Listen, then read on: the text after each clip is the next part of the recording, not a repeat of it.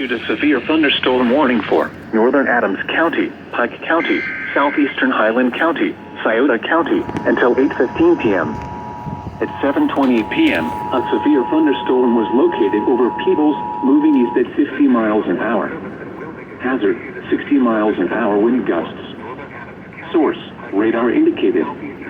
Impact, expects damage to trees and power lines.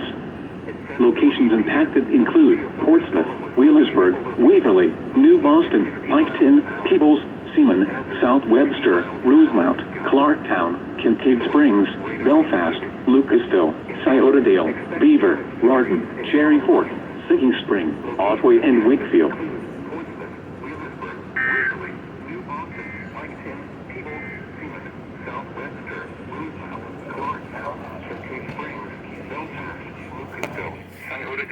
Beaver, Lardon, Cherry Fork, Sinking Spring, Otway, and Wakefield.